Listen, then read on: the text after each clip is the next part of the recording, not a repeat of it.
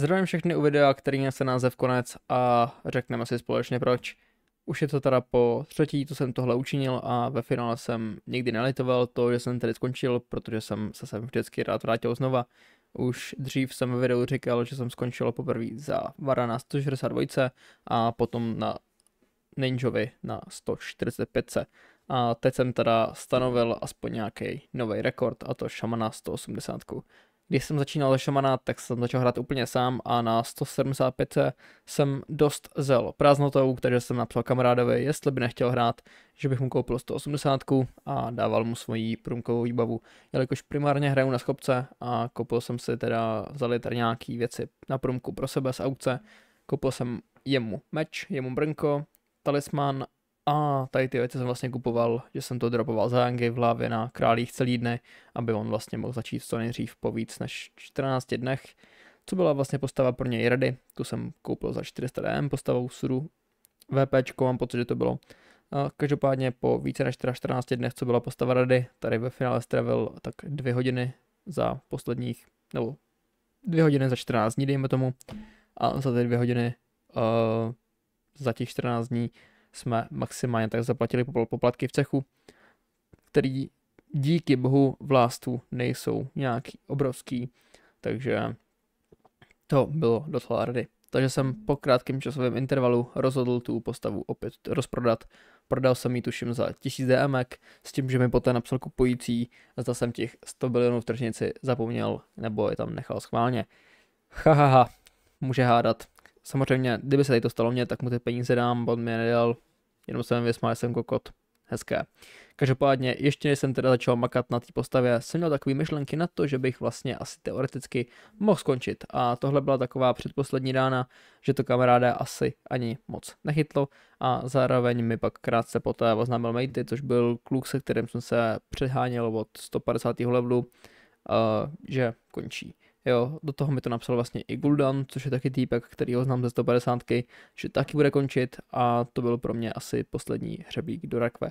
Myslím si, že ještě měsíc jsem poté dost hrál, ale už to prostě nebylo ono. Nebavilo mě to, musel jsem se do toho nutit, neměl jsem chuť si zapnout ani věci do switchbotu, sebrat sklizeň nebo cokoliv jiného. Hnala se mi hlavou myšlenka, že jsem vždycky chtěl mít PvPčka, takže jsem si jako říkal, že bych teoreticky se mohl kousnout a když už jsem 180, udělal si 55, 89 a 119. Pokopal jsem si pár věcí na 55, na 89 a 119 jsem si teda udělal postavu, začal jsem tam lítat osvicka a po pár dnech mě to jako přestalo bavit, takže třeba časem dokončím, ale teď to nebude. Chtěl jsem si teda původně koupit 3x4 věci a pak mi to jakoby došlo, že to vlastně asi jako nebude ono, když se mi to hraní vyloženě příčilo a asi tak. Každopádně nevyvracím možnost, že se sem zase ještě někdy nevrátím nebo vrátím, ale přijde mi, že teď je vhodný čas na to prodat postavu i oba kopáče.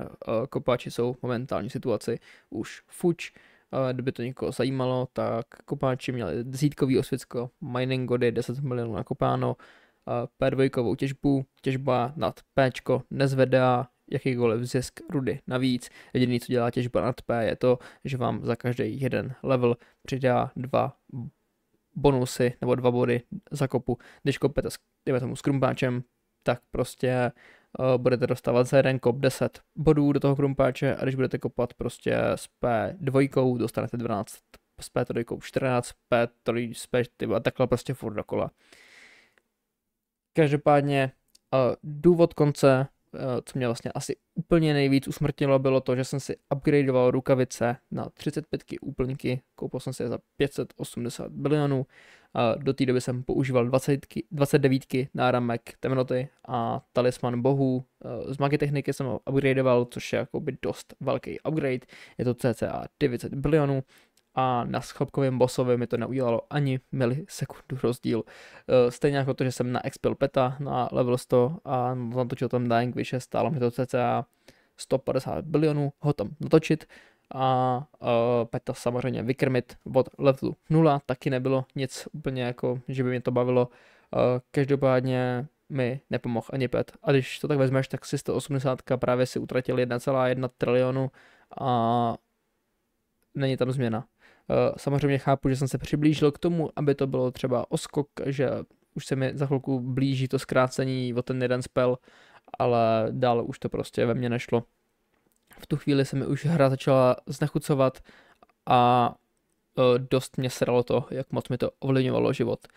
Ať už to bylo tím, že když se mnou chtěl někdo třeba se vidět, nebo chtěl jsem spolu jet někam, kamkoliv, nevím, ty vole, na bazén, na kebab, ty vole, kamkoliv, prostě na pivo, tak jsem věděl, že třeba, dejme tomu, když mi napsal mezi 15. až 17. tě vyzvednu, kámo, tak jsem věděl, že v tenhle ten čas můžu dělat druhý osvědko, což znamenalo, že jsem pak udělal vlastně 2 osvědka za den místo 3 a já jsem jako byl nasranej kvůli tomu a zdá se to jako úplná sračka, ale jako mě to vlastně jakoby je to úplná sračka, jo je, de facto mě to jako nesralo, spíš mě sralo to, že je to vlastně první věc, která mě jakoby v hlavě napadla, když někdo řekl, pojedeme třeba ve 4, že jsem si řekl, ty vole, to můžu dělat osvědko, jo, to mě prostě jakoby sralo, mě nesralo to, že jakoby ho neudělám, mě sralo to, že mě ta hlava jakoby dával takovýhle myšlenky.